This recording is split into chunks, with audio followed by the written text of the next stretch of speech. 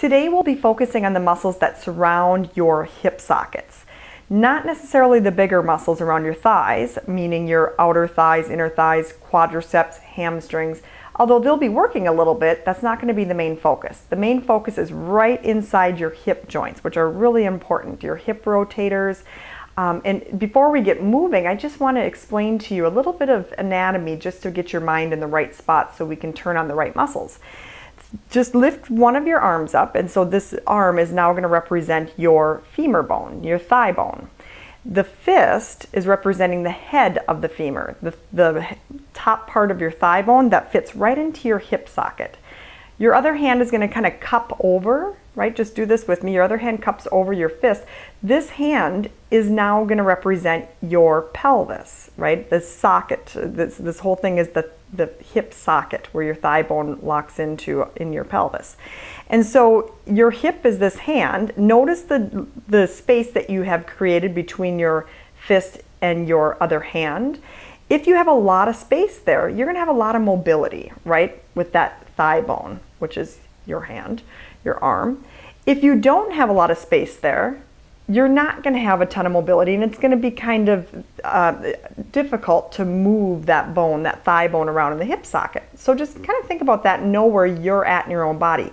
Do your legs move freely, maybe a little bit too mobile, not very stable?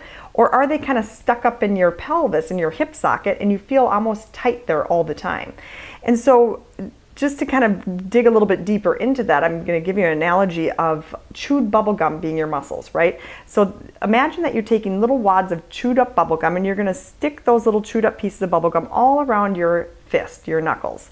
And those little pieces of bubble gum now represent your hip muscles, your hip rotators that are deep up inside your hip socket, okay? So if those little muscles, those pieces of bubble gum are stuck on the head of your femur, let's take your pelvis, your hip socket right here. If your femur is really tight up into your pelvis, your hip socket, those muscles are super tight and they're kind of like concrete versus silly putty, you're not going to have a ton of mobility of your leg.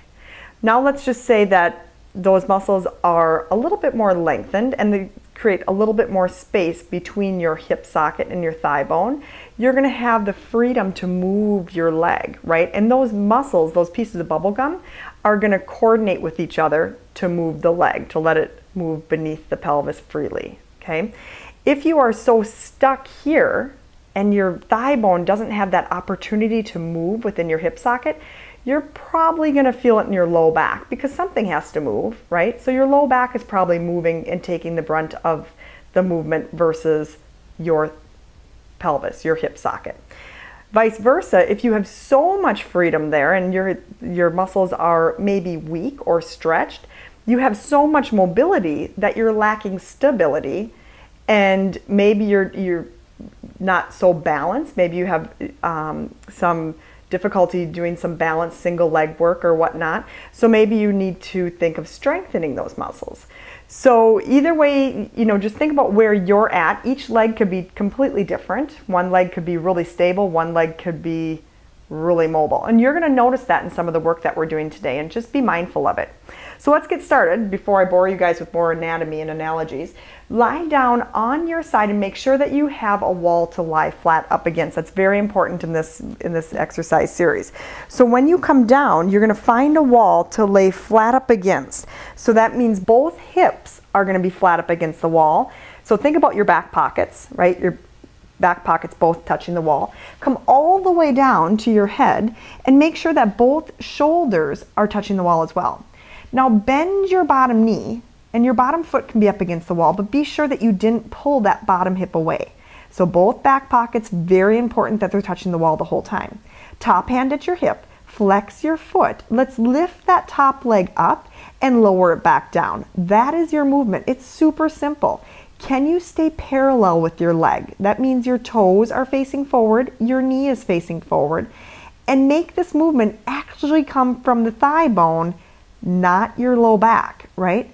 So when you lift that leg, only lift to the point where you don't sway and arch your low back like I just did here. See how I'm making a collapsed waist? So keep your waistline lengthened on both sides.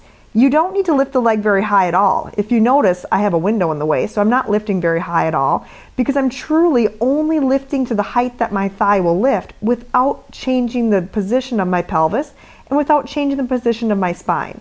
And so you should feel it right up in that hip socket, the outer side of the hip socket. Make sure that you're still parallel, toes and knees facing forward. Make sure both hips are still touching the wall, both shoulder blades still touching the wall. Bottom waistline is lifted. Let's do 2 more. One more time. You'll feel your glute keeping your heel against the wall. I should have mentioned that in the beginning. Your heel must stay up against the wall. Now, same exercise, but let's just turn our leg out. So notice I twisted the thigh bone, knee and toes face up. Now check out what happened to your bottom hip. Did your bottom hip pull away from the wall? If it did, push it back against the wall. Turn out only as much as you can with the thigh bone twisting, not your pelvis moving. It might just be a 1/2 inch, and that's okay. Do what you got. You're going to lift the leg up in a turned out position and lower it down. Keeping your foot against the wall, the heel against the wall, you're going to feel the glute, the back of the hip. It's a bonus. Let it burn, right? Let the glute fire. Now, when you lift, again, be careful that the bottom waistline doesn't dip to the ground. Top waistline stays long. So you're truly moving the thigh bone, not the pelvis, not the back. You'll start to feel those turnout muscles. And when you get fatigued, that bottom hip is going to want to pull away. Don't let it. Keep it turned out. Let's lift for 4 and down. Exhale, lift up 3 and lower. Lift up 2, sliding the heel against the wall. Keep it there. 1 more. And come down, hold. One last set on this side. You're going to twist your toes to face down. Now we're in medial rotation. Heel still against the wall, both shoulders against the wall, both back pockets against the wall. Now in this medial rotation, that top hip probably wanted to pull forward. Pull it back, lift the heel up only as high as you can keep that top hip back against the wall. Keep that medial rotation. So it's truly the thigh bone that's twisting inside of your hip socket. The hips don't move, the spine doesn't move. Get that rotation from the thigh bone.